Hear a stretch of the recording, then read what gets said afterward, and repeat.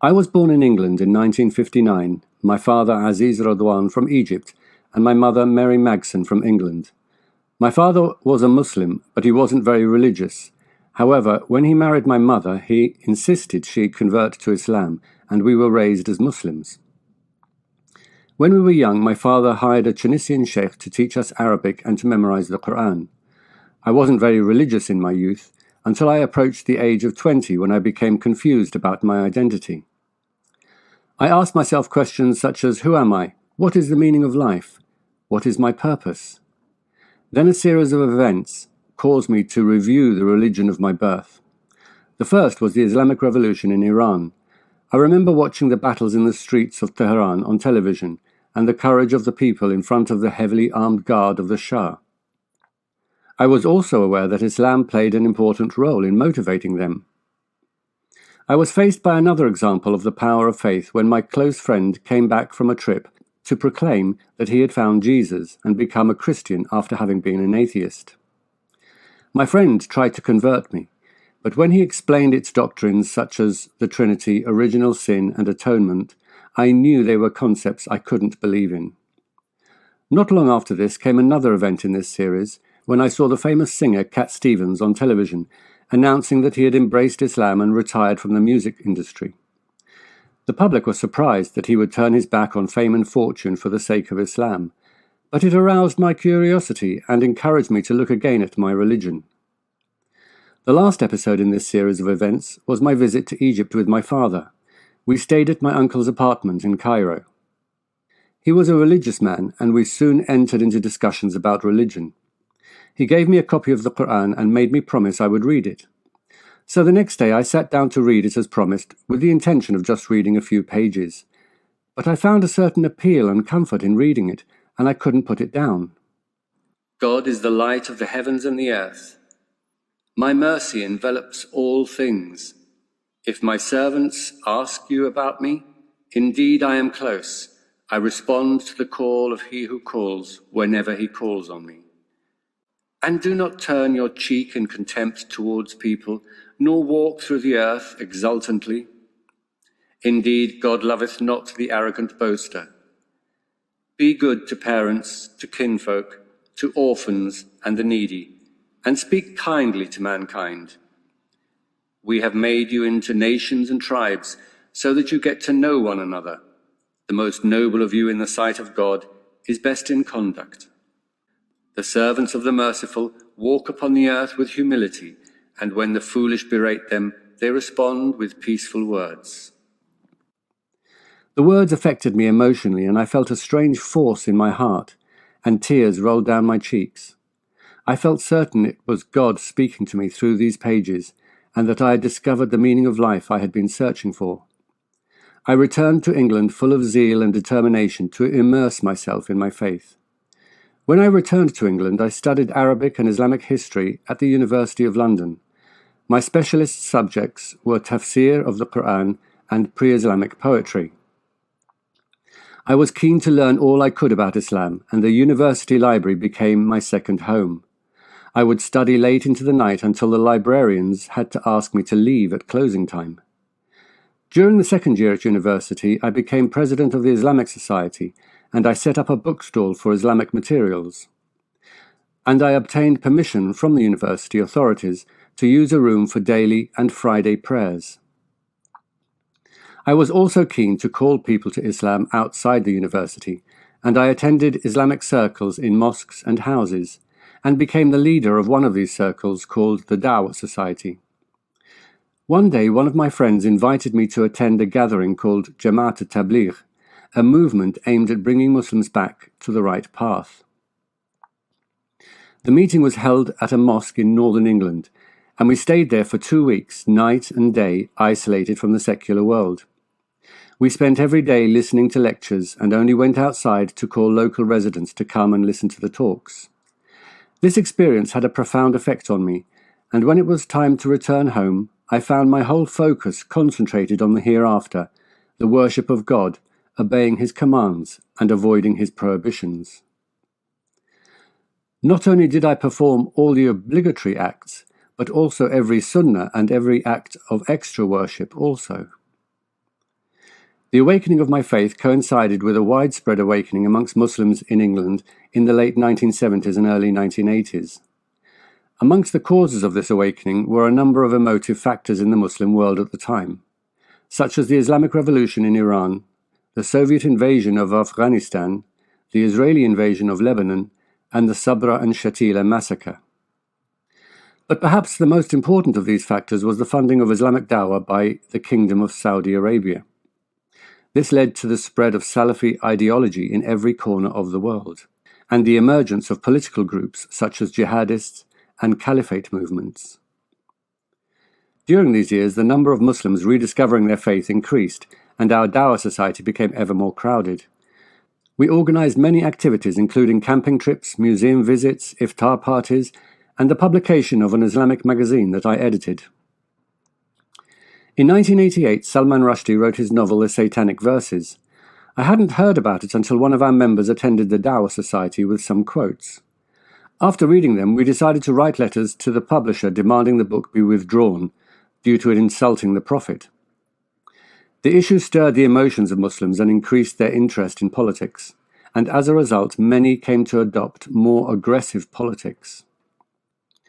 Among those attending our meeting was Farid Qasim, a spokesman for Hizb ut-Tahrir. He believed the only solution to the problems facing the Ummah was the establishment of the Islamic Caliphate. He was so extreme that he left Hizb ut-Tahrir to form a more radical party called al-Muhajirun with his colleague Omar Bakri. Islam places great emphasis on marriage, and it is considered half one's religion. As a result, I was often approached by people advising me to get married.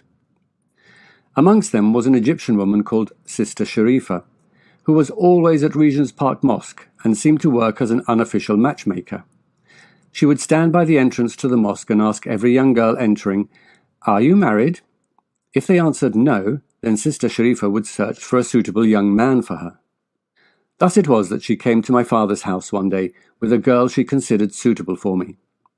We met her family and we liked each other, and it wasn't long before we were married. I had 5 children in total, but my daughter Huda died in hospital a week after her birth, which caused me enormous pain. However, I told myself that behind every trial is a wisdom and a mercy, and perhaps the reason was my own shortcomings, and so I resolved to strive even harder to be a good Muslim. After graduating from university, I completed postgraduate studies in education and got a job as a teacher at Islamia School, founded by Yusuf Islam. In those days, I was at the height of my faith and very active in the British Muslim community. I spent 15 years as a teacher at Islamia School, and I wrote 2 storybooks for Muslim children and 2 collections of Islamic plays based on traditional Islamic folk tales. When I first joined Islamia School, Sheikh Faisal was the imam, but it soon became clear that he held some fanatical views, and so the headmaster asked him to resign. He moved to the Brixton Mosque, where he became even more extreme and delivered sermons inciting the killing of Hindus, Christians, Jews, and Americans. It later became apparent that he had influenced one of the London bombers. This led to his imprisonment for 4 years. After that, Sheikh Ahmad Babakar became the imam of the school. He was a humble and spiritual man belonging to a Sufi tradition. He had a deep knowledge of Islam as well as an engaging and enjoyable style of teaching. One of my friends became a hardline Salafi and gave allegiance to a sheikh who claimed to be the Khalifa. His name was Abu Isa al-Rafa'i. He gave his lectures at the Golban Road Mosque, where he ordered his followers to emigrate to Afghanistan. My friend gave me a declaration from this sheikh and implored me to join him, but the statement was full of extremist views which I rejected completely. So my friend lifted his eyes to the sky and shouted with a trembling voice, "Oh God, bear witness I have delivered the message! Oh God, bear witness I have delivered the message!" I did my best to dissuade him from his deluded beliefs, but he refused to listen, as though he was gripped by a kind of madness. He then travelled to Afghanistan, and I didn't hear from him until one of his friends returned and informed me that he had been killed there during the sectarian fighting between the various jihadi groups. As for the Caliph, he fled to Britain after his defeat, where he continued to give sermons until his death in 2014. I remember on the day of September the 11th, I was teaching at Islamia School when news of the attacks in America came through. I wondered, how could a Muslim commit this terrible crime in the name of God? How could they misunderstand Islam to this extent? My instinctive response was that there was no connection between the acts of these terrorists and the religion of Islam at all. Islam was completely innocent of them. Either they had a false understanding, or they were just using Islam for their corrupt purposes. They must be driven by political or economic grievances. Or perhaps they are suffering from mental illness. However, many of my colleagues and friends claimed that the Zionists and America were behind this crime. We Muslims love conspiracy theories and swallow them easily without evidence. Whether it is the theory that the world is under the control of the Freemasons, or the theory that the logo Coca-Cola, when reversed, says no Muhammad and no Mecca. However, in reality, they reveal our feelings of inadequacy and lack of control over our lives. Conspiracy theories spread at times of weakness and fear, and when it is difficult to face a bitter reality. So we resort to believing in conspiracies to calm our anxieties and to protect our beliefs. But what really shocked me was that some friends tried to justify and defend these attacks, on the grounds that the victims were not innocent because they voted for the infidel regime that is slaughtering Muslims. Although I tried to distance Islam from the actions of groups such as Al-Qaeda, I realized that there is a dilemma here that we do not want to recognize. Namely, that Islamic texts lend themselves to contradictory interpretations. It's true that the interpretation of extremists don't represent the only interpretation, but it is not true to deny their relationship to Islam completely. There were also events in my personal life that took me out of my comfort zone and forced me to review my life and beliefs, including the breakdown of my marriage. But the greatest blow was my eldest son's illness. He had fallen in with a group of youngsters who were smoking cannabis and unfortunately became very ill and suffers to this day from schizophrenia. Every night I begged God to heal my son, just as I had begged him to heal my daughter Huda before she died. But once again my prayers fell on deaf ears. Despite what the Qur'an says, call on me and I will respond to you, and that God answers the distressed one when he calls upon him and removes the suffering. I consoled myself with the usual explanations that we Muslims use at such times, that it is a test, as the Qur'an says, to test you to see who is the best in deeds, and that God will reward us for our patience, and that God gives us what we need and not what we want, and that there is a wisdom we cannot perceive, or that it's my own fault, as the Qur'an says, whatever calamity befalls you, it is because of what your own hands have earned. I must have neglected some duties, and I must remain patient and grateful no matter what befalls me. However, I recalled how the Qur'an mocks the polytheists for worshipping gods that don't answer them. Who is more astray than one who calls upon other than Allah, who doesn't answer them? And say, call upon those you claim other than Allah. They cannot remove your affliction nor change your condition. I asked myself, does Allah really answer prayers? Does He really remove affliction and calamities? Why do we accept many excuses for Allah's lack of response, but when it comes to the lack of response of the gods of other religions, there's only one reason. It is because they are false. Is there a tangible difference between calling on Allah and calling on Alat and Uzza, or calling on Jesus and the Virgin Mary, or calling on Krishna and Ganesh? I was at Islamia School on the day of the London bombings in 2005, and once again many Muslims rushed to conspiracy theories. They pounced on any excuse to avoid attributing problems to the Islamic texts themselves. Despite the many questions that troubled me, I was, up until that time, certain that Islam was true. But I began to review the text of the Qur'an in a much more critical way, and not in a devotional way, which only views the Qur'an through the lens of faith. One of the things that disturbed me most was the concept of eternal torture. The Qur'an describes it as a place of the most terrible forms of barbaric and cruel torture that will never be eased for a moment, nor will it ever end. Those who disbelieve in our revelations, we will burn them in the fire. Whenever their skins are roasted off, we will exchange them for new skins, so that they keep suffering the torment. They will have suits of flames cut out for them, and on their heads will be poured scorching water. If they beg for relief, they will be granted water like molten brass, which roasts their faces. It will melt their insides and their skins, boiling water that will shred their intestines. Never will the torment be eased off them. Never will they get out. They will remain in it forever. How can you blame someone for simply not being convinced by Islam?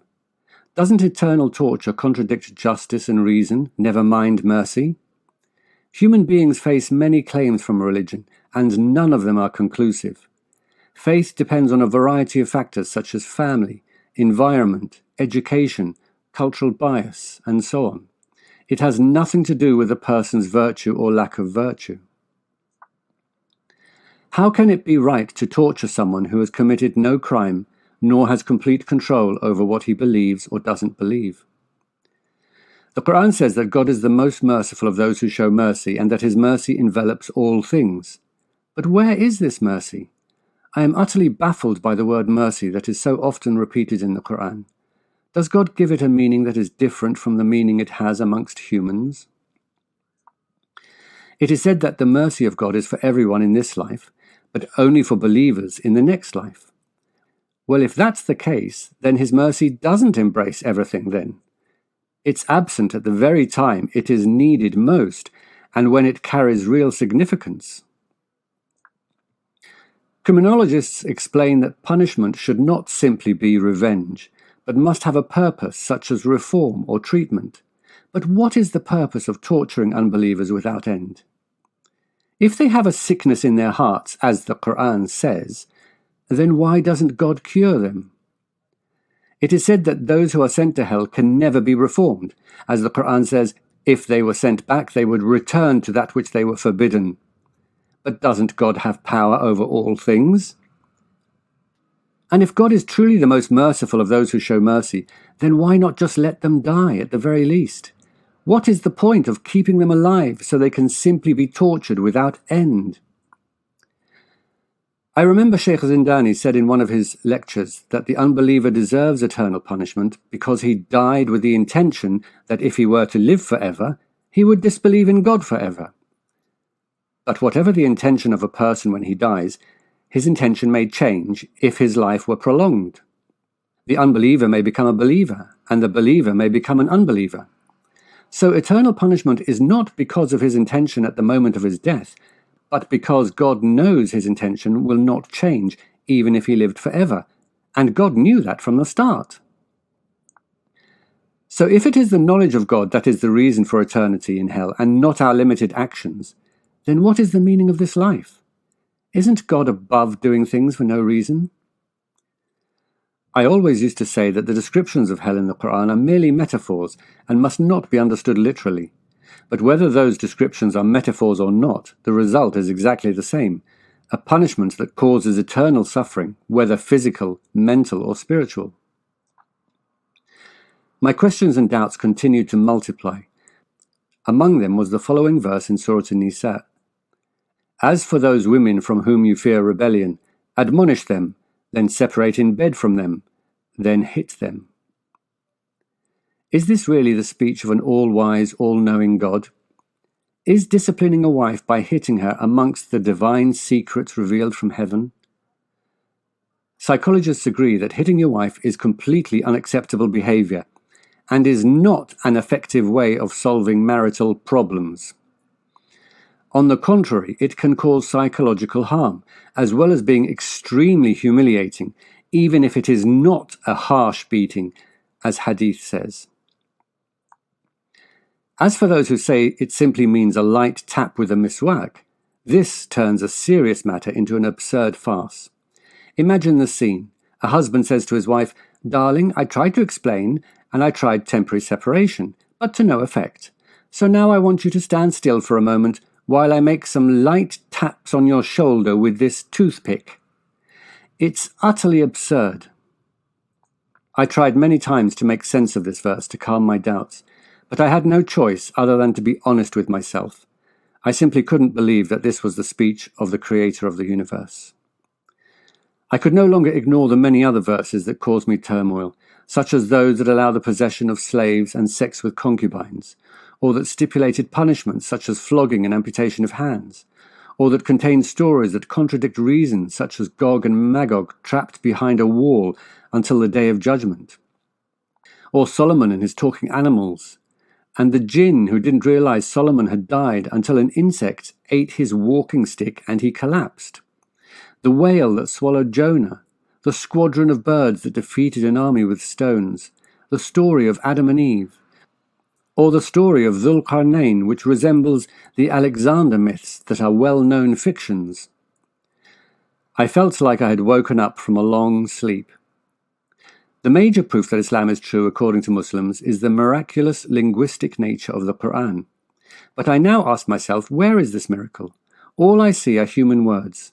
There is nothing I can honestly say is outside human ability.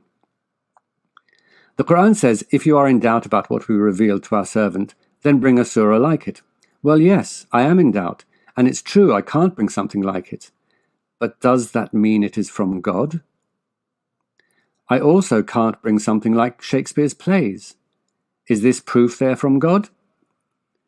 Each author has his own style, distinct time, and unique environment.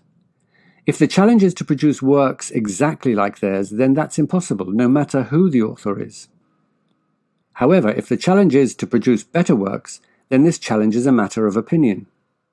It's like saying, my wife is the most beautiful woman in the world. Bring another like her if you are truthful. It's subject to factors such as emotional attachment and confirmation bias. Even at the time of Muhammad, many Arabs didn't consider the Qur'an to be a miracle and ridiculed it. They only accepted Islam after a long and violent struggle. Likewise, during the Golden Age of Islam, there were some scholars and writers who didn't believe in the miraculous nature of the Qur'an. It's often said that the miracle of the Qur'an cannot be rejected without a deep knowledge of grammar, language, and eloquence. But if this is true, the opposite is also true.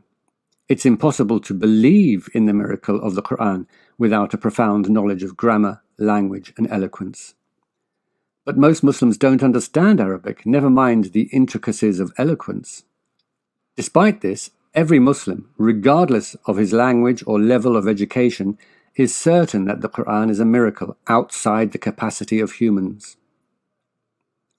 The truth is that humans have an instinctive tendency to accept information that is consistent with their beliefs, while not paying equivalent attention to information that contradicts them. As for the scientific miracles so widespread in our day and age, when I looked into them, I soon realized they were nothing more than ridiculous delusions and nonsense. Even the great scientists of the Islamic Golden Age never made such claims. By 2006, my faith had dwindled to the extent that I felt I had to resign from Islamia school, and I got a job teaching over the internet, which allowed me to take care of my children and my aging mother who was suffering from Alzheimer's. I tried to forget all my doubts and just occupy myself with daily duties. However, I didn't notice that depression had crept up on me and that it was gradually increasing. After 3 years, I went to the doctor and she prescribed antidepressant pills, but those pills caused me to attempt suicide. It was the worst moment of my life and a shock to my family, who didn't realize I was going through such an ordeal.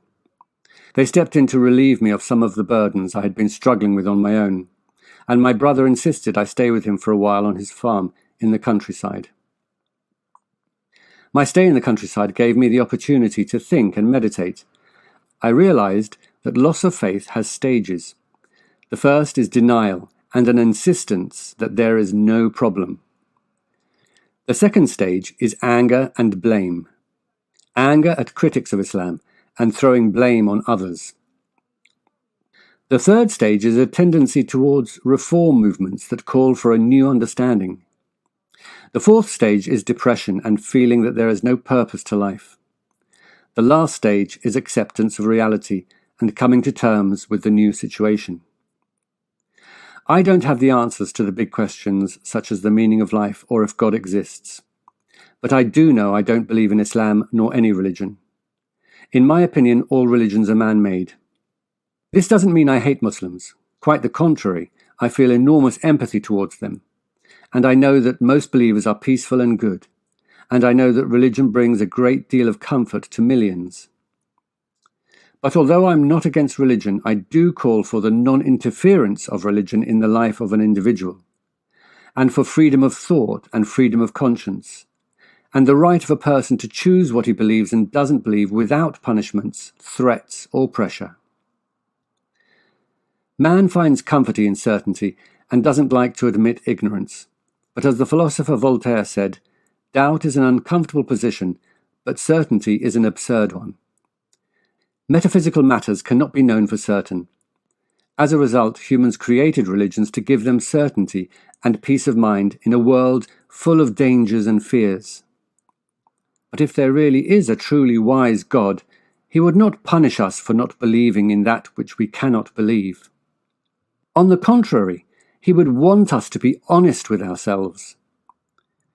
Since I became open about my disbelief in Islam, many have accused me of offending God.